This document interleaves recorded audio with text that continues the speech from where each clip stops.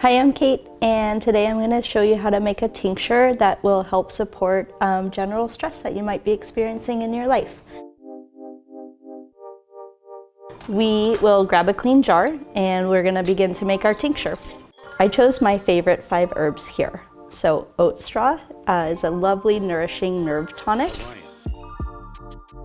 Tulsi is a very lovely herb as well. This is an Ayurvedic herb used in India, and it's considered an adaptogen. And an adaptogen is a herb that works through our endocrine system. It works mainly with our adrenals. And then I'm gonna go to my rose petals, and this is just gonna kind of soften the formula out. It's gonna bring a little harmony to the heart. And if stress is something that you carry in your heart, maybe you have anxiety, little palpitations, rose petals are gonna be really lovely for that. These all smell so good. I'm already feeling better. So this is chamomile, a really gentle nervine. So nervines are herbs that support the nervous system.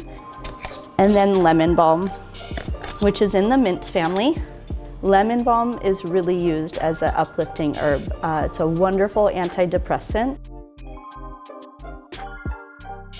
So now that we have all of our herbs in our jar, it's time to pour over our macerating solution. And for those of you that doesn't make any sense, I'm just talking about alcohol here.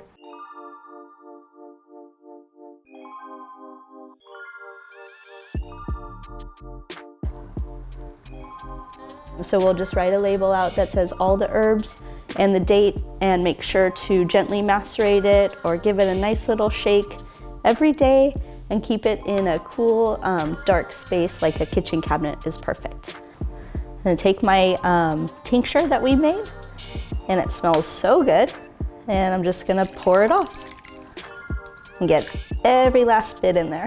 Roll up the sleeves, and now it just takes a little bit of elbow grease. And you can see that solution's just coming right out.